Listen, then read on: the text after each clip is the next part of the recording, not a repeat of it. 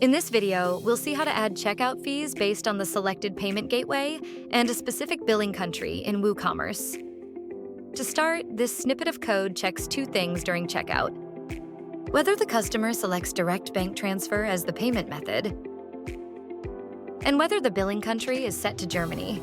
If both conditions are true, we apply an additional fee of $30 to the order. You can add this code to your theme's functions.php file, or better, use the Code Snippets plugin to keep your customizations safe and manageable. Let's head over to our store, add a product to the cart, and proceed to checkout. Now on the checkout page, I'll choose a payment method like PayPal, and for the billing country, I'll leave it set to India. Since neither condition is met, the country is not Germany and the payment method is not BACS, the fee is not applied. Now, let's change the payment method to direct bank transfer. Even though the payment method is now correct, the country is still India.